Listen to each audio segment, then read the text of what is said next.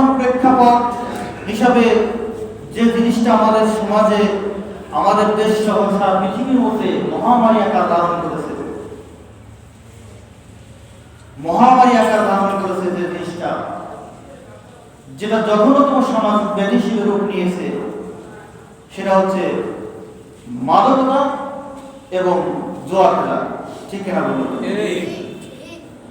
বর্তমান মাদকতা এমনভাবে ব্যাপকভাবে বেড়ে গেছে সমাজের মধ্যে, যে যেটা মহামারী মতো আকার ধারণ করেছে, যা যুব সমাজ ধ্বংসের জন্য এই মাদকতাই যথেষ্ট। সবাই বলি নাউযুবিল্লাহ।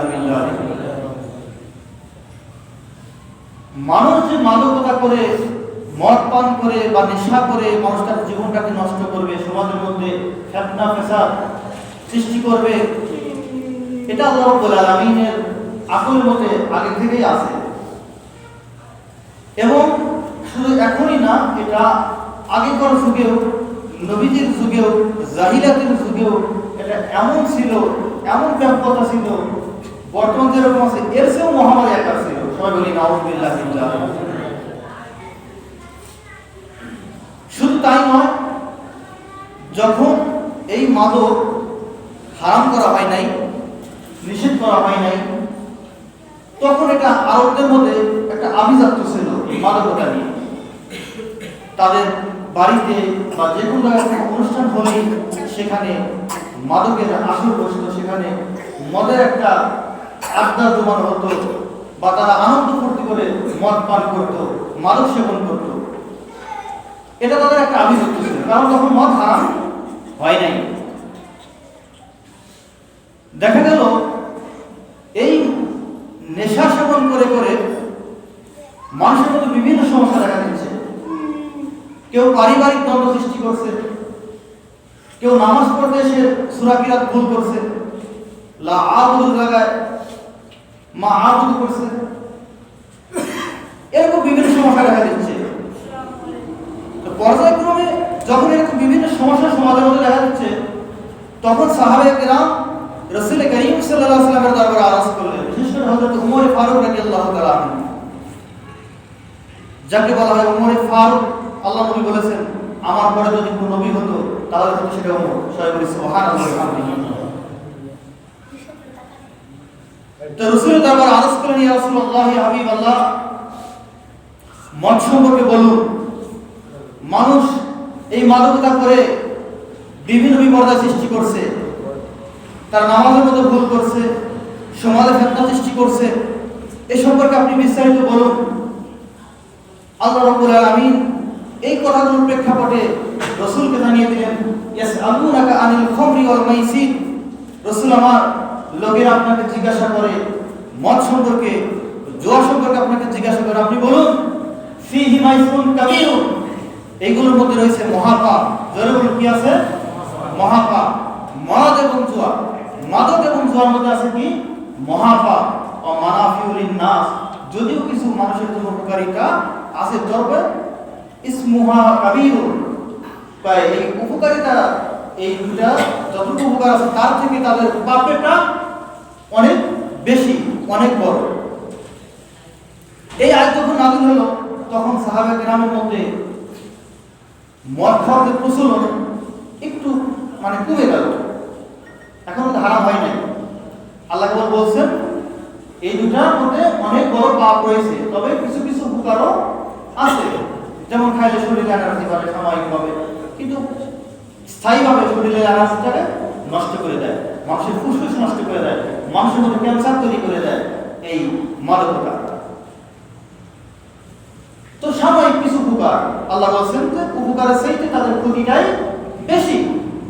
তো যখন এই আয়াত নাযিল হলো, তখন সাহাবীরা অনেকেই মদ ছেড়ে দিল, যেহেতু উপকারের চাইতে অপকারই বেশি, পাপটা অনেক বেশি, তাহলে মদ খেলে কি হয়? পাপ হয়। কিন্তু আল্লাহ সরাসরি বলেন হারাম, কৌশলে বলছেন, কারণ এত ব্যাপকতা লাভ করেছে, এত জনপ্রিয়তা লাভ করেছে মদ ওই যুগে, যে সরাসরি আল্লাহ রাব্বুল আলামিন হারাম ঘোষণা করেন নাই। কৌশলে বললেন যে এর মধ্যে রয়েছে অনেক বড় পাপ, কিছু উপকারও আছে। এই আয়াতের প্রেক্ষাপটে অনেক সাহাবী তারা সারা জীবনের জন্য মদ ছেড়ে দিলেন, কিন্তু অনেকেই থেকে গেলেন। এভাবে মাঝখানে দীর্ঘ সময়ের একটা বিরতি, অনেক দিনের গ্যাপ, আবার কোন এক সাহাবীর বাড়িতে দাওয়াত খাওয়া শেষে সে বাড়িতে মদের আয়োজন করা হয়েছে। আনাস ইবনে মালিক রাদিয়াল্লাহু তাআলা বলতেছেন, ওই আসরের মধ্যে মদ পানের জন্য আমাকে দায়িত্ব দেওয়া হয়েছিল। আমি মদ পান করার দায়িত্ব নিযুক্ত ছিলাম। আমি মানুষদেরকে মদ পান করাচ্ছিলাম। তখন মদ পান শেষে অনেকে বেহুশ হয়ে যায়, তাদের যে সাধারণ সেন্সলেস হয়ে যায়। কোন এক সাহাবী মাগরিবের রক্ত হওয়ার পরে কোন একজন সাহাবী নামাজের ইমামতি করার সামনে দাঁড়ায়। উনি নামাজের ইমামতিতে সূরা কাফির তেলাওয়াত করেন। সূরা কাফির তেলাওয়াত করতে গিয়ে উনি যোগ বিয়োগ করে ফেলেন, উল্টাপাল্টা করে ফেলেন নামাজের মধ্যে, যেহেতু নেশা আছে এজন্য উল্টাপাল্টা হয়ে গেছে।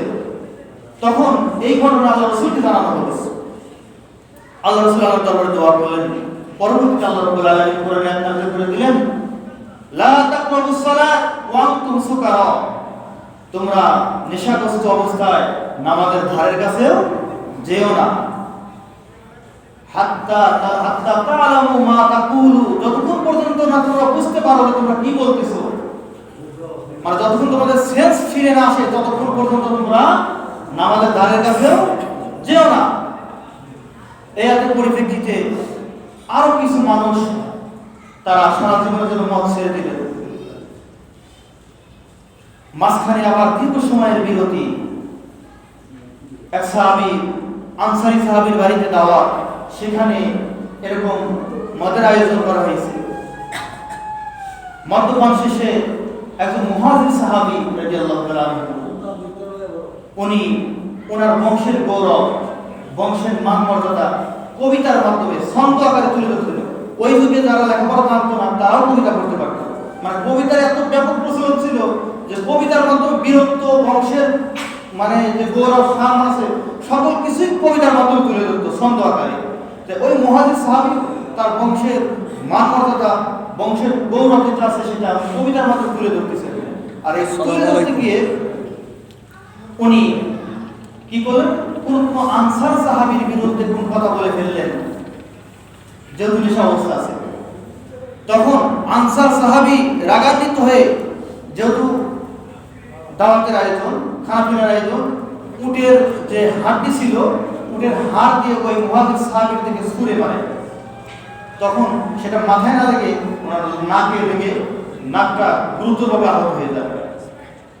এই ঘটনা আল্লাহ রাসূলের সামনে উপস্থাপন করা হলো, ইয়া রাসূলুল্লাহ হাবিবাল্লাহ, আজকের এই ঘটনা আপনি এই সম্পর্কে বিস্তারিত বলুন। বিশেষ করে মনে ফারুক রাদিয়াল্লাহু তাআলা উনি আল্লাহ রাসূলের দরবারে আসলেন, ইয়া রাসূলুল্লাহ মদ সম্পর্কে আপনি আল্লাহর দরবারে দোয়া করুন যেন এই ব্যাপারে বিস্তারিত আল্লাহ চূড়ান্ত সিদ্ধান্ত আমাদেরকে দিয়ে দেন। রাসূল কারীম সাল্লাল্লাহু আলাইহি ওয়াসাল্লাম আল্লাহর দরবারে দোয়া করলে আল্লাহ রাব্বুল আলামিন নাযিল করেন, আউযু বিল্লাহি মিনাশ শাইতানির রাজীম, বিসমিল্লাহির রহমানির রহিম, ইয়া আইয়ুহাল্লাযীনা আমানু ইন্নামাল খামরু ওয়াল মাইসির ওয়াল আনসাবু ওয়াল আজলাম রিজজুম মিন আমালিশ শাইতান ফাজতানিবুহু লাআল্লাকুম তুফলিহুন। হে ইমানদারগণেরা, যারা তোমরা ঈমান এনেছো, ইন্নামাল খামরু ওয়াল মাইসির, নিশ্চয় মদ এবং মাদকতা, ওয়াল মাইসির এবং জুয়া, মাইসির মানে জুয়া, ওয়াল আনসাব মূর্তি পূজা, ওয়াল আজলাম এবং লটারির মাধ্যমে যে ভাগ্য নির্ধারণ করা, ওই যুগে আরব দেশের জাহিলি যুগে তীরের মাধ্যমে ভাগ্য নির্ধারণ করত। তো এই যে চারটা জিনিস, মাদকতা, জুয়া, মূর্তি পূজা এবং তীরের মাধ্যমে ভাগ্য নির্ধারণ করা। ভাগ্য কে নির্ধারণ করেন বলেন তো? আল্লাহ। ভাগ্যের ভালো মন্দ, তকদীরের ভালো মন্দ কে দেয়? আল্লাহ। কিন্তু ওই যুগে জাহিলি যুগে মানুষেরা তীরের মাধ্যমে তাদের ভাগ্য নির্ধারণ করত, ভালো মন্দ, এবং একটা মানে পরকালের জন্য ভালো যেটা, আর একটা হচ্ছে দুনিয়াবি কোন কিছু বন্টন করার জন্য তীরের মাধ্যমে ভাগ্য নির্ধারণ করতে, লটারি করতে। তো এই চারটি বিষয় সম্পর্কে আল্লাহ রাব্বুল আলামিন কালামে পাক আয়াত নাযিল করে এটা হারাম ঘোষণা করে দিলেন। আল খামরু, খামর সম্পর্কে আল্লাহ রাসূল সাল্লাল্লাহু আলাইহি ওয়াসাল্লাম বলেছেন, খামর হচ্ছে ওই জিনিস যেটা মানুষের বিবেককে, সেন্সটাকে লেস করে দেয়, বিবেকটাকে ঢেকে দেয়, ওটাই হচ্ছে মদ। হযরত ওমর ফারুক রাদিয়াল্লাহু আনহু বলেছেন, মদ ওই জিনিস যেটা বেশি খেলে মানুষের কি হয়ে যায়, নেশা হয়, বিবেকটাকে ঢেকে যায়, মানুষ নেশাগ্রস্ত হয়ে যায়, মাতাল হয়ে যায়। তার অল্প পরিমাণ পান করলেও সেটা কি হারাম। যেটা বেশি খেলে নেশা হয়, মাতাল হয়, তার অল্প খেলেও সেটা হারাম। অপর একজন সাহাবী বলেছেন, প্রত্যেক নেশাগ্রস্ত বস্তুই হচ্ছে মদ। প্রত্যেকটা নেশাগ্রস্ত বস্তুই হচ্ছে মদ। মদ মানে শুধু তরল এমন না, তরলটা এমন না। বর্তমান কিন্তু প্রাচীনকাল থেকে দেখুন আমাদের দেশে তামাকের ব্যবহার আছে, তামাক, আফিম, এগুলো কিন্তু মানুষ মাদক হিসেবে ব্যবহার করে।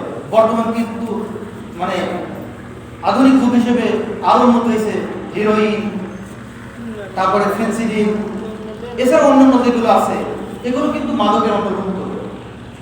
এছাড়াও আমরা কিন্তু অনেকেই পানের সাথে জর্দা, পাতা, গুড়, এগুলো কিন্তু বেশি খেলে কি হয়, নেশা হয় না, সেন্সলেস ঠিক হয়, মানুষের বিবেক ঠিক থাকে না, হুঁশ ঠিক থাকে না, মাথা ঘুরে পড়ে যায়। একটু বেশি খেলে কিন্তু সমস্যা হয়ে যায়। তা হাদিসের মধ্যে আছে, যা বেশি খেলে নেশা হয় তার অল্প খাও হারাম।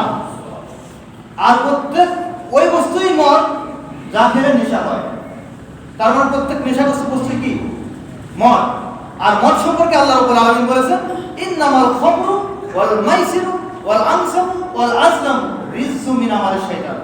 মদ, জুয়া, মূর্তি পূজা আর লটারির মাধ্যমে ভাগ্য নির্ধারণ করা, এই প্রত্যেকটাই হচ্ছে নাপাকি কাজ।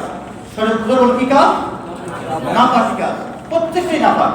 মদ খাওয়া নাপাক, মদ নাপাক, এটা খাওয়া কি নাপাক। জুয়া খেলা কি নাপাকি কাজ। মূর্তি পূজা এটাও নাপাকি কাজ।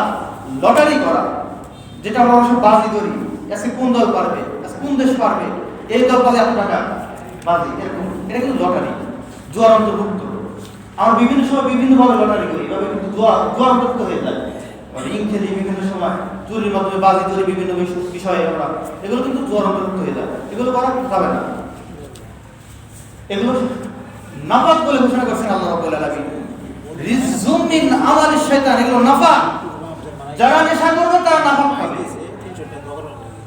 যারা নেশা করবে তারা নাপাক খাবে।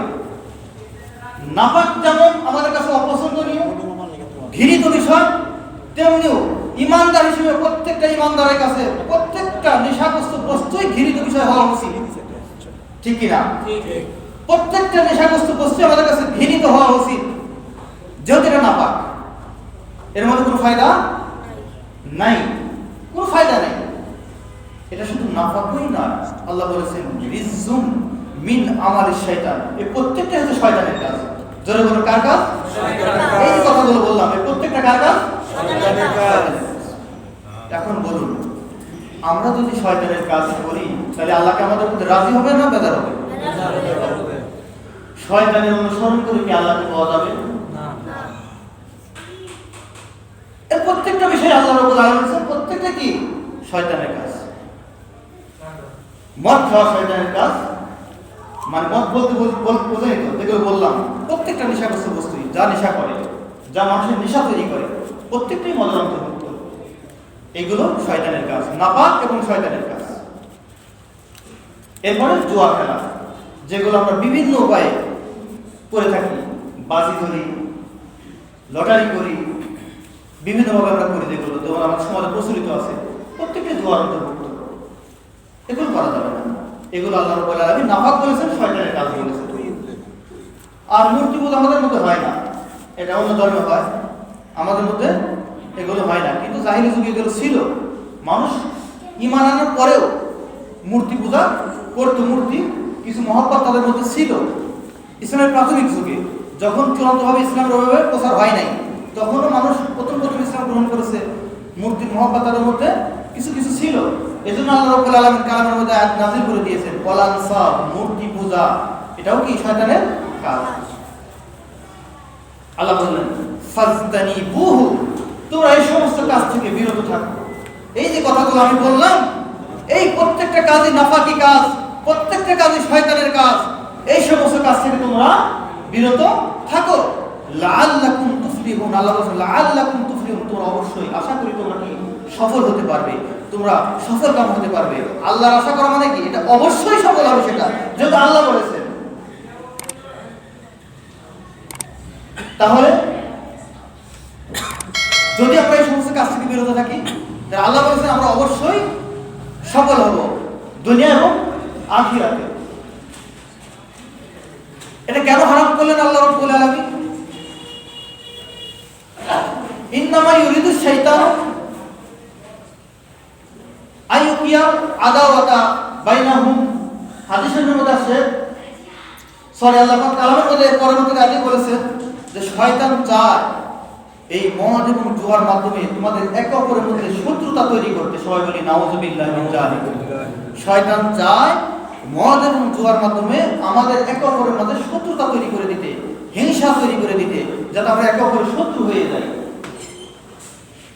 দেখেন তার বাস্তব ঘটনা বললাম, আনসারী সাহাবী, ওনার বাড়িতে দাওয়াত খেয়ে সেখানে ওনারা মদ খেয়েছেন, মদ খেয়ে নেশাগ্রস্ত হয়েছে। সেখানে নেশা অবস্থায় উনি ওনার বংশের সম্মান কবিতার মধ্যে আবৃত্তি করতেছে। এখন এই কবিতার মধ্যে আরেকজনের দোষ বলে ফেলছে, আরেকজনের খারাপ বলে ফেলছে, কারণ হুঁশ নাই তো। এটা কি হলো? ওই সাহাবী রেগে গিয়ে উটের হাড় দিয়ে তাকে ঢেল মারলেন, ছুঁড়ে মারলেন, এতে করে সে আহত হয়ে গেল। একে অপরের মধ্যে শত্রুতা তৈরি হচ্ছে না? এইভাবে দেখবেন আমাদের সমাজের মধ্যেও আছে যারা নেশা করে, যারা নেশাগ্রস্ত, তারা দেখবেন পরিবারের মধ্যে একটা অশান্তি, ওনাদের দুনিয়াতেই তাদের একটা জাহান্নামের টুকরা পরিবারটা। সবাই বলি নাউযুবিল্লাহি মিন যালিক। তাদের পরিবার মানে জাহান্নামের একটা টুকরা। এত অশান্তি, অর্থনৈতিক দিক থেকে তাদের সংসারে অভাব আসবে, শারীরিক দিক থেকে তাদের ক্ষতি হবে, এবং সমাজের মধ্যেও এর প্রভাব পড়বে। দেখবেন আজকাল যত অন্যায় অত্যাচার এই দুনিয়াতে হচ্ছে, আমাদের সমাজে হচ্ছে, দেশে হচ্ছে, প্রত্যেকটার পিছনে কিন্তু মাদকতা কিন্তু এবং প্রত্যক্ষ পরোক্ষভাবে জড়িত আছে। কারণ যারা নেশা করে তারা নেশার জন্য কিন্তু দেখবেন চুরি, ছিনতাই, ডাকাতি, অনেক অন্যায় সমাজের মধ্যে এই নেশার জন্য তারা করে থাকে। অনেকেই নেশার জন্য করে, নেশা কেনার জন্য করে, অনেকে নেশাগ্রস্ত হয়ে নেশায় পড়ে অন্যায় করে। সবাই বলি নাউযুবিল্লাহি মিন যালিক। এই সমস্ত অন্যায় কাজ আমাদের সমাজের মধ্যে আছে। রাসূল করিম সাল্লাল্লাহু আলাইহি সাল্লাম হুঁশিয়ার সাবধান করে দিয়েছেন। যদি ওই আনসার সাহাবী মুহাজির সাহাবীকে উটের হাড় ছুঁড়ে মেরেছে, ওই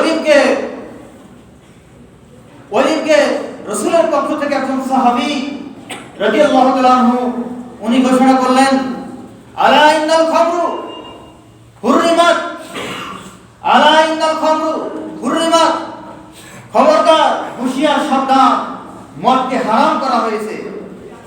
হযরত আনাস বিন মালিক রাদিয়াল্লাহু তাআলা আনহু বলেন, আমি ওই মজলিসের মদ পান করার দায়িত্বে ছিলাম। আমি যখন এই ঘোষণা শুনলাম, তখন ওই বাড়ির মালিক আমাকে বললেন, এই মদের কলসগুলো বাইরে নিয়ে যাও। মানে মদের বড় বড় কলস ছিল, বড় বড় পাত্র, বড় বড় মদ ছিল।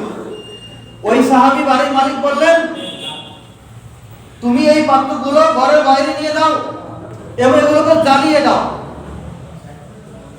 দেখেন সাহাবীদের ঈমান, মাত্র রাসূল বলেন নাই, রাসূলের পক্ষ থেকে কোন একজন সাহাবী বলেছেন, আলা ইন্নাল খামরু হুররিমাত, হুঁশিয়ার সাবধান, মদকে হারাম করা হয়েছে। এই খবর শোনা মাত্রই সাহাবীর মুখে শুনেছে, রাসূলের মুখে শুনে নাই। এই খবর শোনা মাত্রই বাড়ির মালিক বলতেছেন, এই মদের পাত্রগুলো বাড়ির ঘরের বাইরে নিয়ে দাও। আনাস, তুমি এগুলো জ্বালিয়ে দাও। হযরত আনাস বিন মালিক রাদিয়াল্লাহু তাআলা বলতেছেন, সবগুলো ঘরের বাইরে নিয়ে যাওয়া হলো, সেগুলো জ্বালিয়ে দেওয়া হলো।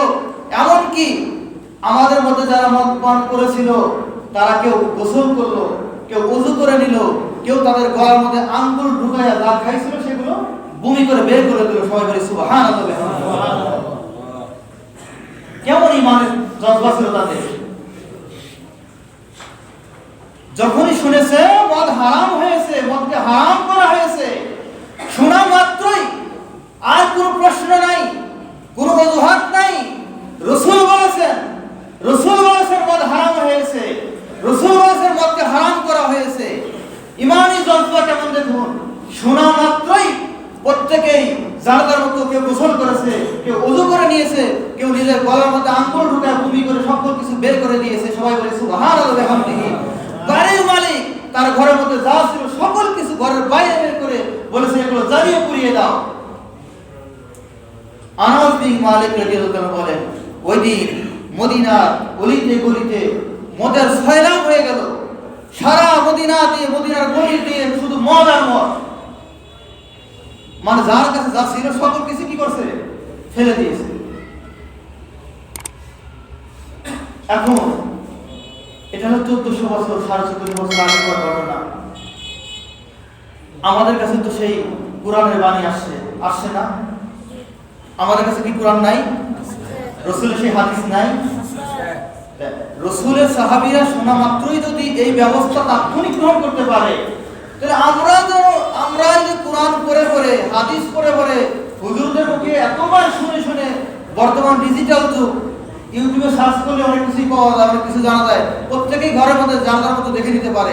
তা আমরা জেনে শুনেও কেন আমরা থেকে বিরত হই না? রাসূল করিম সাল্লাল্লাহু আলাইহি ওয়াসাল্লাম বলেছেন, খবরদার যারা দুনিয়ার জমিনে নেশাগ্রস্ত হবে, যারা নেশা পান করবে, পরকালে হাসরের ময়দানে সে ওই বস্তু থেকে, ওই নেশা থেকে, মানে ওই শরাব থেকে সে বঞ্চিত হবে। তার মানে জান্নাতের মধ্যে রব্বুল আলামিন জান্নাতীদের জন্য এক ধরনের পানীয় ব্যবস্থা করে রেখেছেন, শরাবান তুহুরা, পবিত্র পানীয় ব্যবস্থা করেছেন জান্নাতীদের জন্য, যা খাইলে জান্নাতীদের তৃপ্তি হয়ে যাবে, মনের তৃপ্তি হয়ে যাবে, তাদের তৃষ্ণা নিবারণ হয়ে যাবে। সবাই বলে সুবহানাল্লাহ। সেই শরাবান তুহুরার ব্যবস্থা করেছে জান্নাতীদের মধ্যে।